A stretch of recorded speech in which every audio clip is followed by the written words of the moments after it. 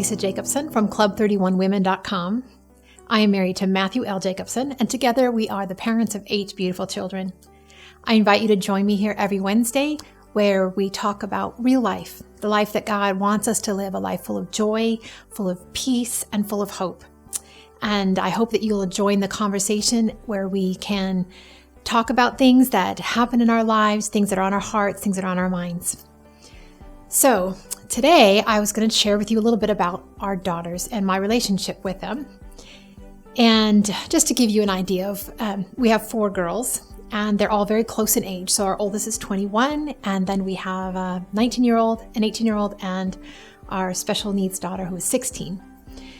And my husband is away on a business trip right now, and so I invited our 18-year-old daughter last night to come and have girls' night with me. So after we put all the younger boys to bed, she crawled into the bed with me, and we just sat up and talked and laughed and just were having this great time and enjoying the quiet evening that we don't get to enjoy very much when there's so much going on in our home.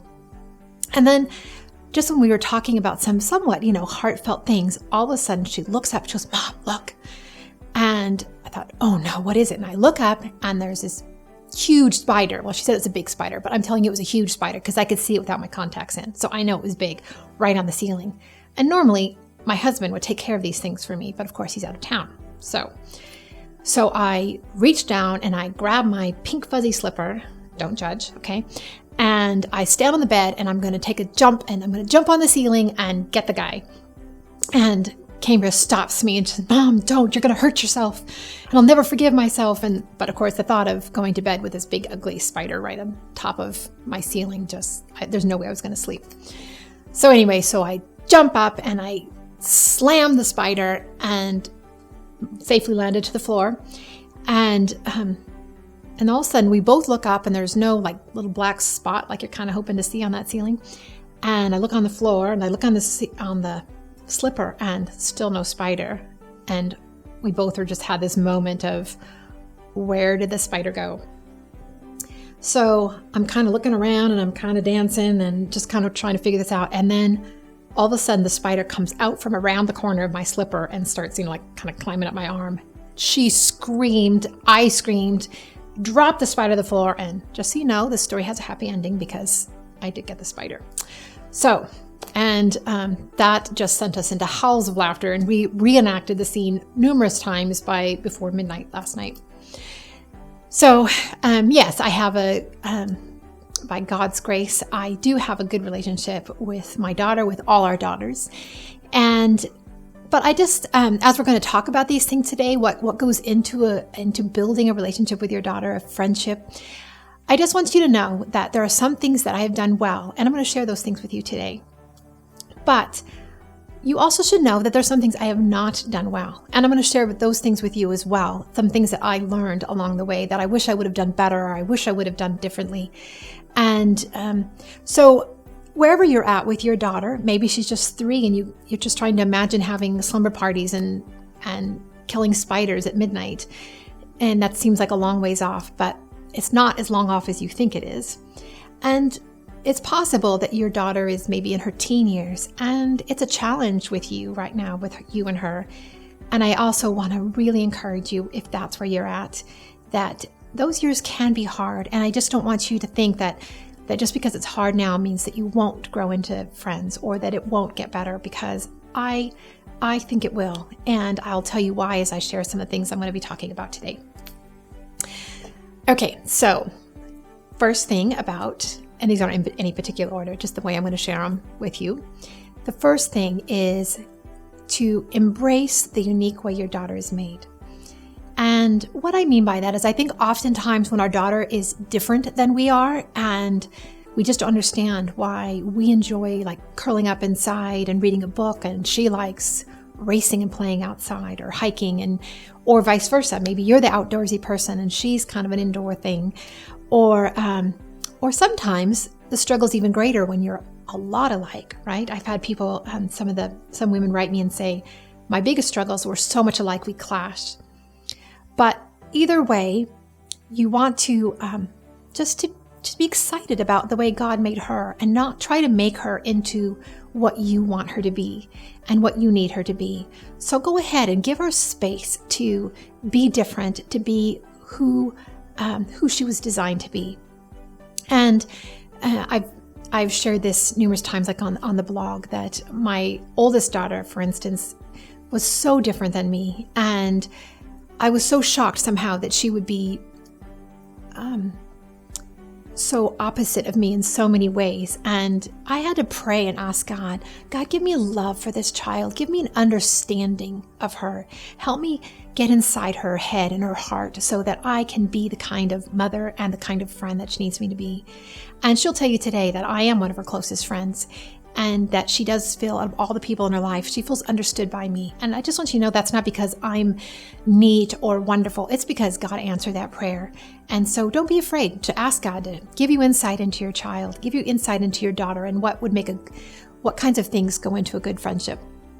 Okay, so that's the first thing. Just embrace her unique qualities. And the second thing is help her understand that you are a real person. Now, this isn't so much if your daughter's only 2 or 3 years old. You're just mom in her life. Totally good. That's the way it should be. But as our girls got older and they were, 11, 12, maybe even a little bit younger than that, I started helping them understand that, yes, I'm mom, but I have feelings too, and I have interests, and I have things that make me sad. I have things that make me happy. And so I slowly, I didn't just dump it all on them, but I started pulling them into my world too, so that they would get that. Because, of course, to have a friendship, right, you have to have two people that have understanding of each other, not just one person understanding the other. And that's what I wanted to do. I want them to know that these are things that bring me joy, or these are things that burden my heart. And so I would come to them and ask them, could you pray for me about this? I'm having a hard time today. But I don't burden them with things that are too heavy for their shoulders, right? These are just things that might be on my heart and mind. So that's the second one, is to help them understand that you're a real person, because they forget. Even my older girls now, sometimes I have to remind them, you know what? You're right. I'm your mom, but I have feelings too, and you just hurt my feelings, for instance. Okay. And they'll come back and go, Mom, I'm sorry. Sometimes we forget. And I get that. You're mom, so you're supposed to be good at everything. You're supposed to just have this. I think that they just think you're impervious to the bumps and grinds of every day. All right. The third thing is spend tons of time together. And I know that's sometimes easier said than done, but I make that a high priority with our girls, that I seek them out. Like even last night, I had a bunch of work. I had to work late, but just inviting Cambria in, and she binge watched on Netflix, I think, while I was working, and and we were talking and laughing and staying up late. And yeah, it's true. I could have and probably should have gone to bed earlier last night and got my full 8 hours. But you know what? We'll never forget the big spider chase, and that'll make memories and just that bonding time that we have together. I even did that a lot as they were younger girls. We had tea time, we called it, and almost every afternoon at about 3:00, we would make a tray with tea, and sometimes I'd have little treats or little chocolates or something. We'd just sit around and we would just talk. No agenda, no teaching lesson, just what's on your heart and mind. And in addition to just playing together and doing fun things together, I also think it's really important to learn to work together. And so that means cleaning the house together, turning on loud, fun music and just getting after it, or putting on a project together and just sitting down at the table and working together. I think both things are true. I think if your daughter only sees you in this play fun setting, they don't know how to also work alongside you. And there's a certain bonding time that goes there together as well. And I know that because I've asked my girls, now that they're older and young adults, what kinds of memories do you have looking back? And I was surprised how many of the memories also had to do with just working side by side, as well as those fun and special times that we enjoyed. Okay, so the next thing is, here's something that we can forget, is that you want to become her dear friend, but you're not her buddy. And what I mean by that, and I think this of all the different seasons of life, I think it's most applicable when they're, let's say, preteen with the tween age and into teenage years, is that I do want to be friends with my girls, but I'm not their buddy. So I insist on a certain amount of respect, even in those teen years. And even though we're starting to share on a more, I'm going to say, more equal level, but that doesn't make me someone that you can just toss around. It doesn't mean that you can speak disrespectfully to me.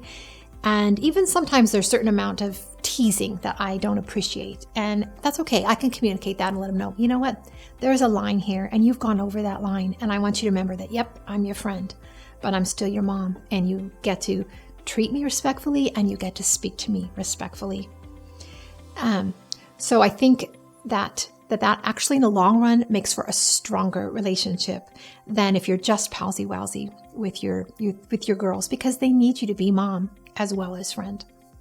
Okay, the last one is build her up with encouragement. Your girls need to know that you are their biggest fan, that you are the captain of their support team. And I think, I don't know about you and how it is with your daughter, but I've had seasons in our relationship, as they're growing, where I've become really discouraged with them as people or with our friendship. And so here's the part that I have not done well. So I'm just hoping that you can learn from my mistakes. But for instance, one day when my oldest daughter was, I'm going to say, I think she was about 12 or 13. And I don't remember what it was. I just remember we were both very upset with each other. And she didn't respond rightly. And I just was frustrated beyond belief. And if you've watched my video on anger, you know that I'm perfectly capable of exploding. And so we were both really upset with each other. And then I walked away from her. And as I walked away, I kind of threw up my hands and I said what I thought was under my breath, but I just said, I give up. And she told me later, and not much later, like I think later that day or maybe the next day, she said, Mom, even though we were really upset with each other during that time, that the little girl in her came to me and said, Mom, please don't ever give up on me. Because if you give up on me, then I just have no hope for myself. And talk about conviction. I was so convicted. I didn't mean for her to hear. And to be honest, I don't think I thought about the impact that those words would have on her little heart. And I made a vow that very day. First of all, I thank the Lord that He revealed that to me and that she had the honesty to come to me with how deeply that wounded her. I asked her forgiveness and we repaired that relationship. And from that day on, that's when I made that vow that I would never again communicate to any of my daughters that I give up on them or there's just, no going forward. There's no hope for them, because those are powerful words. And instead, what I want to do is I want to encourage the girls with, I believe in you. I know you can do this. And I recognize that we're in a tough season right now, or you're in a tough place right now. But I want you to know that I believe in you and I believe in the God who made you. And I just have faith that this is all going to work out. And even now, as the girls are older, I still communicate those things in the different seasons that they're in. And the neat thing about having older kids is that they're able to articulate things about how that makes them feel. And they just so appreciate knowing that I'm there with them and I'm there for them. And that's a powerful component in a friendship with your daughter. So I hope these things have helped you. And I would love to hear your thoughts, your questions, anything you have on your heart and mind. If you need prayer, there's a place right below the video here on the blog post where you can add your comments or questions. So I encourage you to do that. And for those of you who might be asking, well, she's talking about daughters and friendship. What about her sons? And yes, by God's grace, I do have a good friendship with my sons as well. My younger boys are still pretty young to have what I would consider a full-fledged friendship. But our oldest son, he definitely would. He's told me recently that he counts me on one of his top 5 friendship list, which is quite an honor. And I would love to share that as well. That will be probably not for a few weeks, because next week, what we're going to talk about is I had a reader ask me some questions. And so I was going to respond to those. And the question we're going to be covering next week is kind of a practical one. What kinds of things do you do in the morning when you wake up that are part of your routine? And so I'm going to be sharing those 7 things I do each day that make my day a whole lot better. And I look forward to sharing those with you. So until then, God bless and thank you for joining me at Real Life with Lisa.